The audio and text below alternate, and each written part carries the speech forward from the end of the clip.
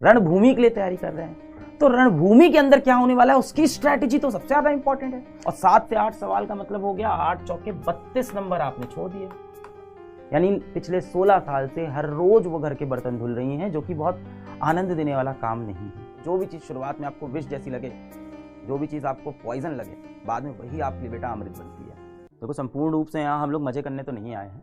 पढ़ाई लिखाई में देखो मजा हो सकता है, थोड़ा बहुत हो सकता है, बहुत मजा हो सकता है, पर कभी भी आपको पढ़ाई लिखाई में वो मजा नहीं मिलेगा जो मजा आपको सोशल मीडिया पे मिल जाता है, इंस्टाग्राम पे मिल जाता है, दोस्तों के साथ घूमने में मिल जाता है।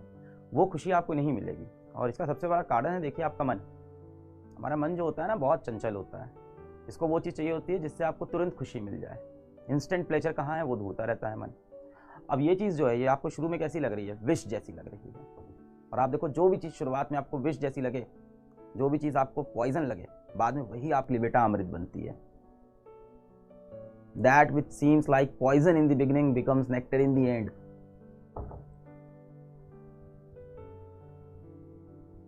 खुशी किस दिन होगी? खुशी आपको सबसे ज़्यादा उस दिन होगी जिस दिन आपका रिजल्ट आएगा, आप सेलेक्ट हो जाओगे, उस दिन सबसे ज़्यादा खुशी होगी। जिस दिन आप पेपर दे के आओगे और आपको अच्छा लगेगा पेपर देने में, मज़ा आएगा पेपर देने में। टेस्ट से हम लोग को डर क्यों लगता है? क्योंकि हम तैयारी नहीं करते। उन बच्चों से पूछिए जो रेगुलर टेस्ट दे रहे हैं, उनको मज़ा आता है टेस्ट देने में, खुशी होती है, कंपटीशन की फीलिंग होती है टेस्ट के वक्त। वो कब आएगी? जब आप तैयारी करेंगे। अब आपने बड़ा आसान आंसर दे दिया कि आईओसी इसलिए नहीं पढ़ते हैं भाई क्योंकि आईओसी हमें बोरिंग लगता है। बिल्कुल सही बात है बेटा। मैं आपसे सिर्फ एक चीज़ पूछता हूँ यहाँ पे, कभी घर के बर्तन धोए हैं आपने? कभी अपने घर के बर्तन धोए हैं? कभी भी?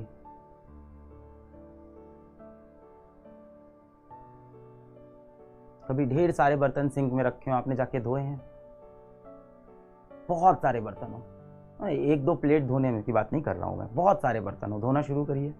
1 प्लेट धोएंगे, 2 प्लेट धोएंगे, फिर वो चाय वाला पतीला धोने में पूरा पसीना निकल जाता है। फिर अगर कुकर आ गया और कुकर का ढक्कन, अपनी माताश्री से आज जाके पूछिए, कुकर का ढक्कन साफ करने में जान निकल जाती है। ये सब क्यों बता रहा हूँ मैं? अब आप सोचिए कि आपकी जो माताश्री हैं वो रोज़ बर्तन धो रही हैं घर के, क्या उनको बहुत आनंद आ रहा होगा इस चीज़ में? नहीं, उनको आनंद आता है इसके रिजल्ट से।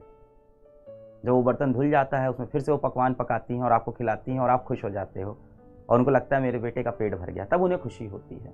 पर वो जो खुशी उन्हें हासिल करनी थी, अपने बेटे का पेट भरने का, अपने बेटे के चेहरे पे एक स्माइल लाने का, अपने बेटे के स्वास्थ्य का ध्यान रखने का, उसके लिए बर्तन धोना ही पड़ेगा। हो सकता हो आज आप 10 मिनट 1-2 बर्तन धो लो तो आपको लगे बड़े मज़ेदार चीज़ है। 1 घंटा दो और आप सोचो माताश्री रोज बर्तन धुल रही हैं, सालों साल से धुल रही हैं। आप कितने साल के हो गए हो? 16-17 साल के हो गए होगे। अब आप सोचो जब से आप पैदा हुए तब से तो आप देख ही रहे हो माताश्री घर के बर्तन धुलते हुए। यानी पिछले 16 साल से हर रोज वो घर के बर्तन धुल रही हैं, जो कि बहुत आनंद देने वाला काम नहीं है, पीड़ा देने वाला है, कष्ट देना है। हाथ घिस जाते हैं, हाथ छिल जाता है कई बार, है ना। साबुन की वजह से, साबुन के अंदर एल्कली नेचर होता है, उससे हाथ में रैशेस पड़ जाते हैं, पर वो कर रही हैं किचन में वही पसीने में। पूरा गंदा खाना, झूठा बर्तन रखा है उसको धुल रही है। क्या उनके लिए ये बहुत इंटरेस्टिंग काम होगा? नहीं, बोरिंग काम होगा। पर मम्मी से बहुत कुछ सीख सकते हैं हम लोग। पर उनको वो करने में क्यों मज़ा आ रहा है? इसलिए मज़ा आ रहा है क्योंकि उनको पता है कि ये बर्तन धुल जाएंगे, इसमें मैं फिर से अपने बच्चे के लिए खिचड़ी बनाऊंगी, दाल चावल बनाऊंगी, वो खाएगा, उसको बड़ा आनंद आएगा। इसी तरह से बेटा हो सकता हो पढ़ाई करते वक्त कुछ चीज़ें थोड़ी बोरिंग रह जाएं। यहाँ देखो पीडब्ल्यू में या कहीं भी शिक्षक जो भी होता है हमेशा कोशिश करता है कि टॉपिक को इंटरेस्टिंग बना दें, है ना। उसके अंदर याद करने की कुछ टेक्निक्स बता दें, कुछ तरीके बता दें, बच्चों को कुछ बढ़िया मज़ेदार पढ़ा दें। पर अंत में देखो पढ़ाई कभी भी उतनी इंटरेस्टिंग नहीं हो सकती है जितना आपको इंस्टाग्राम की वो रील्स लगती हैं। और इसका सीधा आंसर ये है क्योंकि पढ़ाई करने से आपको जो रिजल्ट मिलता है वो कुछ समय बाद मिलता है। तो बहुत से काम ऐसे हैं जो बोरिंग हैं।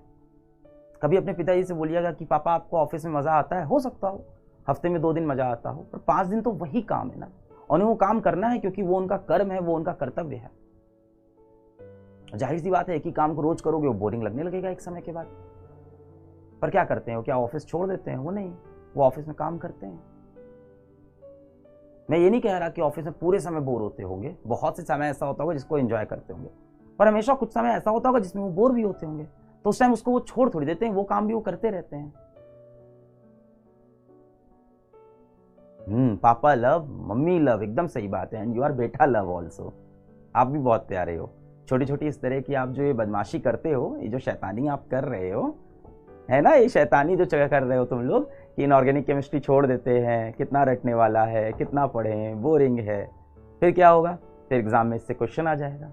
और आपको पता है, देखो नीट का पेपर ऐसा नहीं है कि आप कुछ टॉपिक छोड़ के चले जाओ और सेलेक्ट हो जाओगे, ना ही अब जेईई मेंस ऐसा बचा है।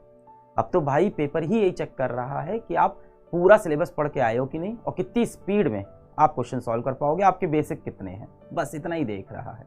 बहुत इन डेप्थ नॉलेज तो नीट आपकी चेक ही नहीं कर रहा है। उसमें आप सोचोगे कि मैं पूरी फिजिक्स पढ़ के चला जाता हूँ, अच्छे से फिजिक्स करके चला जाता हूँ, तो भाई फिजिक्स वाला पार्ट सॉर्ट हो गया। आपने कहा बायो कर लेते हैं, बायो सॉर्ट। पर केमिस्ट्री में अगर आपने इनऑर्गेनिक केमिस्ट्री नहीं की बेटा, तो आप मान के चलो कम से कम आपके 7 से 8 सवाल तो सीधे सीधे चले जाएंगे, जो एकदम प्योर यहीं से आए होंगे। बाकी तो कुछ ऐसे होंगे उसमें ऑर्गेनिक का कुछ पोर्शन मिला होगा, किसी में थोड़ा सा फिजिकल मिला के दे देता है। बस 7 से 8 सवाल तो आपने वहीं के वहीं छोड़ दिए, और 7 से 8 सवाल का मतलब हो गया 8 चौके 32 नंबर आपने छोड़ दिए। अब आपको पता है इस टाइम नीट का पेपर बहुत हाई स्कोरिंग चल रहा है, और 32 नंबर आप पूरी तरह से छोड़ के जा रहे हो, और ये नंबर भी बेटा गिफ्टेड है। इनऑर्गेनिक का एक सबसे बड़ा फायदा क्या है? इनऑर्गेनिक का सबसे बड़ा फायदा यह है कि आपको पहले कोई चीज आती हो ना आती हो, ये पढ़ के काम बन जाएगा, और पेपर में सबसे ज्यादा समय बचाती है ये। आपको पता है नीट का पेपर जो होता है वो टाइम टेस्ट होता है, कम समय के अंदर ज्यादा सवाल सॉल्व करने हैं, समय की परीक्षा हो रही है, वहां आपका टाइम टेस्ट हो रहा है। तो ऐसे पेपर में जहां आपका टाइम टेस्ट हो रहा है, आपका वो पोर्शन तो बहुत स्ट्रांग होना चाहिए जहां आप टिक मार मार के निकल जाओ बस। भाई फिजिक्स आपकी कितनी भी अच्छी हो जाए बेटा, कितनी भी अच्छी हो जाए, फिजिकल केमिस्ट्री आपकी कितनी भी अच्छी हो जाए, पेपर में आपको हल करना पड़ेगा सवाल। मैं मान सकता हूं कि 50 में से हो सकता हो, यानी 45 में से हो सकता हो 20 सवाल आपको हल नहीं करने पड़े, या 15 सवाल हल भी नहीं करने पड़े, आपको पता था इस तरह से आंसर आएगा, या बहुत कम मेहनत करनी पड़ी। कितना समय लगा उसमें? बहुत कम लगा, 1 मिनट लगा, 45 सेकेंड लगा। इसमें कितना समय लगेगा? इसमें आपको पता है कितना समय लगेगा? हर क्वेश्चन पे आपको कितना समय लगने वाला है? 5 सेकेंड, खत्म। क्योंकि यहां बात क्लियर होती है, आता है तो आता है, नहीं आता है तो नहीं आता है। फिजिक्स में ऐसा नहीं, वहां आप कोशिश करते रहते हो, फिजिकल केमिस्ट्री में आप कोशिश करते रहते हो। यहां बात क्लियर है, आता है तो आता है, नहीं आता है तो नहीं। तो इस समय नहीं खाता ये आपका। आप क्या देख रहे हो कि मेरे लिए तैयारी में क्या चीज बोरिंग है, क्या चीज आसान है। हम तैयारी कर किस लिए रहे हैं? हम तैयारी किस लिए कर रहे हैं? नीट के पेपर के लिए तैयारी कर रहे हैं, रणभूमि के लिए तैयारी कर रहे हैं। तो रणभूमि के अंदर क्या होने वाला है उसकी स्ट्रैटेजी तो सबसे ज्यादा इंपॉर्टेंट है, कि टेस्ट में क्या खेल करना है वो तो सबसे ज्यादा इंपॉर्टेंट है। और रणभूमि के अंदर हमें पता है जो इनऑर्गेनिक केमिस्ट्री है गिफ्टेड पार्ट है।